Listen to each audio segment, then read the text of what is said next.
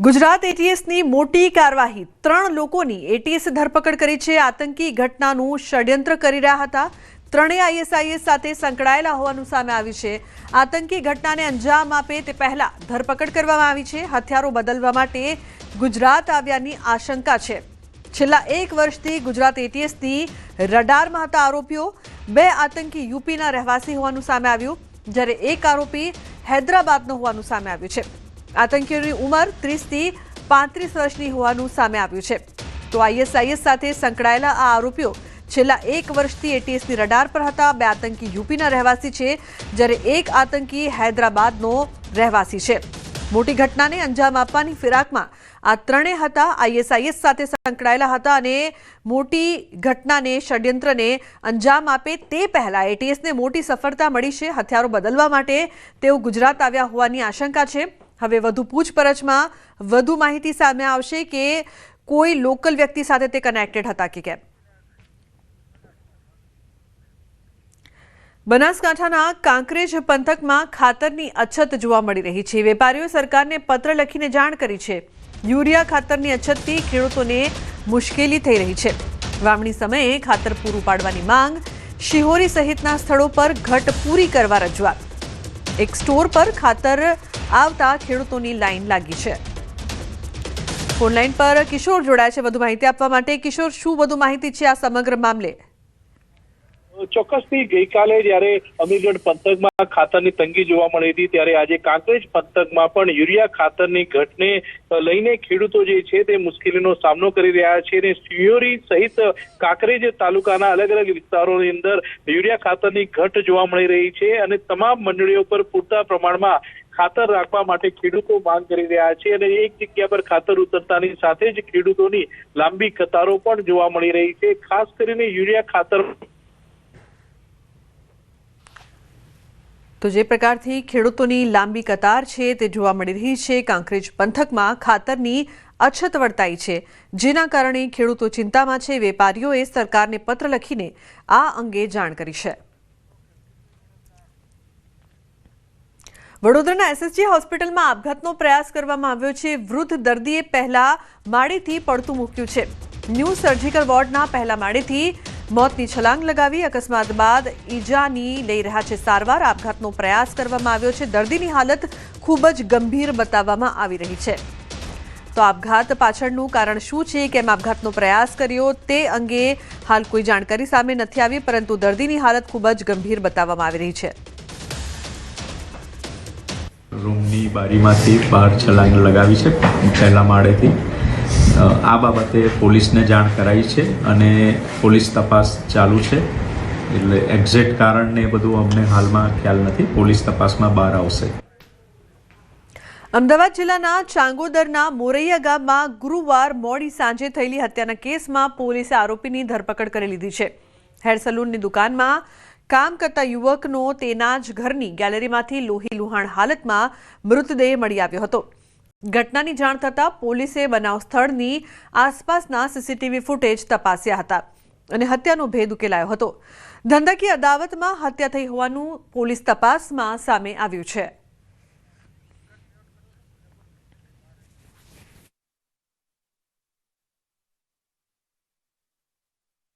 અમરનાથ જે છે એ મૂળ યુપીનો છે અને મોરૈયા આવ્યા બાદ એ રમેશની જે સલૂન હતી તેમાં કારીગર તરીકે કામ કરતો હતો। ત્યારબાદ છેલ્લા 3-4 મહિનાથી તેણે પોતાની અલગ સલૂન શરૂ કરેલી હતી, જેથી એ જ વિસ્તારમાં એણે બીજું સલૂન શરૂ કરેલું હોય, જેથી ધંધામાં બંનેનો કોમ્પિટિશન રહેતી હતી અને એ અનુસંધાને એ અદાવતમાં હત્યા થયેલાનું ખુલ્યું છે। અન્ય સમાચારની વાત કરીએ તો ગેરકાયદેસર મહાદેવ એપ ઓનલાઈન ક્રિકેટ સટ્ટાના કેસમાં ગુજરાત સ્ટેટ મોનિટરિંગ સેલને મોટી સફળતા મળી છે। ગેરકાયદેસર ક્રિકેટ સટ્ટા બેટિંગમાં ફ્રેન્ચાઇઝી આપનાર જયસિંહ શંકરાજી ચૌહાણ અમદાવાદ ઇન્ટરનેશનલ એરપોર્ટ પરથી ઝડપાયો છે। મહાદેવ એપના માલિક સૌરભ ઉર્ફે મહાદેવ ચંદ્રકર પાસેથી ઓનલાઈન ક્રિકેટ સટ્ટા બેટિંગની ફ્રેન્ચાઇઝી જયસિંહ આપતો હતો। આરોપી ફ્લાઇટ નંબર EK541 મારફતે અમદાવાદથી દુબઈ જવા નીકળ્યો હતો।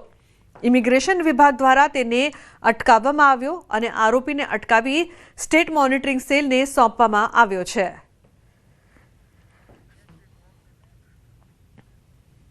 સોના ચાંદીના ભાવમાં ધરખમ ઘટાડાની મોટી અસર જોવા મળી રહી છે. શનિવારની સાંજ ઝવેરીઓની સોના જેવી જોવા મળી. ભાવ ઘટાડા બાદ ગ્રાહકો ફરી સોનું ચાંદીની ખરીદી કરતા જોવા મળ્યા છે. લગ્ન સિઝન સાથે પ્રસંગ માટે સોનું ખરીદવા લોકો પહોંચ્યા છે. સોનાનો ભાવ 21 દિવસમાં 10,774 જેટલો ઘટી ગયો છે, જ્યારે ચાંદીમાં 50,000નો ઘટાડો થયો છે. જે રીતે ભાવનો ઉછાળો આવ્યો હતો એ પ્રમાણે 10 થી 20% કરેક્શન બાધ્ય બનતું હોય તેવા સંજોગોની અંદર ગોલ્ડ આપણને એવરેજ 1.15 સુધી આપણને જોવા નીચે મળી શકે અને ઉપર હું 1.5 થી 1.25 લાખ જોઉં છું. ચાંદી જોવા જઈએ તો આજે 1.50 ભાવ અત્યારે જોવા મળી રહ્યો છે.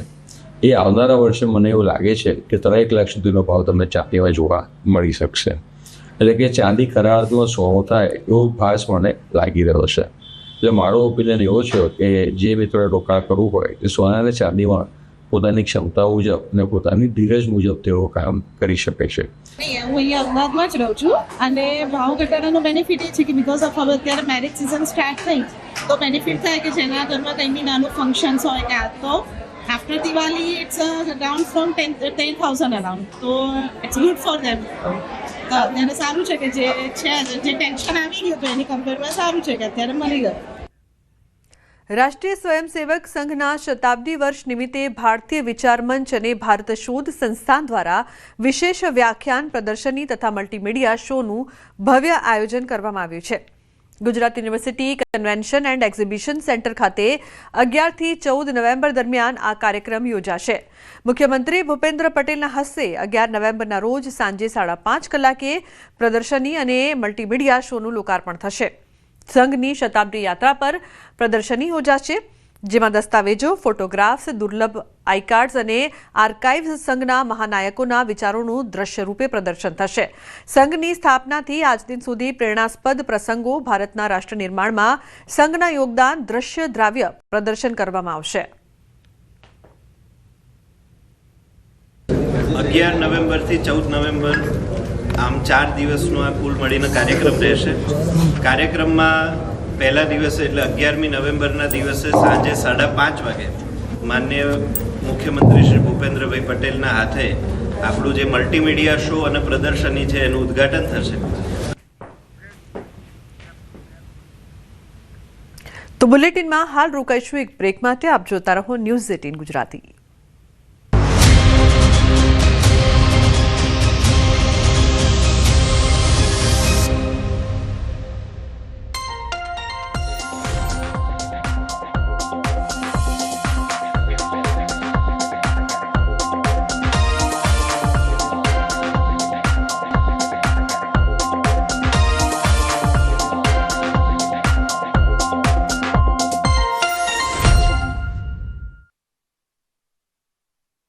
લ્યો, હવે બોર્ડની પરીક્ષા નજીક આવી ગઈ છે. ગુજરાત માધ્યમિક અને ઉચ્ચતર માધ્યમિક શિક્ષણ બોર્ડની ધોરણ 10 અને 12ની પરીક્ષા 26 ફેબ્રુઆરીથી શરૂ થવાની છે. બોર્ડની પરીક્ષાનો કાર્યક્રમ જાહેર કરવામાં આવ્યો છે. ધોરણ 10ની પરીક્ષા 26 ફેબ્રુઆરીથી 16 માર્ચ સુધી યોજાશે. ધોરણ 12 વિજ્ઞાન પ્રવાહની પરીક્ષા 26 ફેબ્રુઆરીથી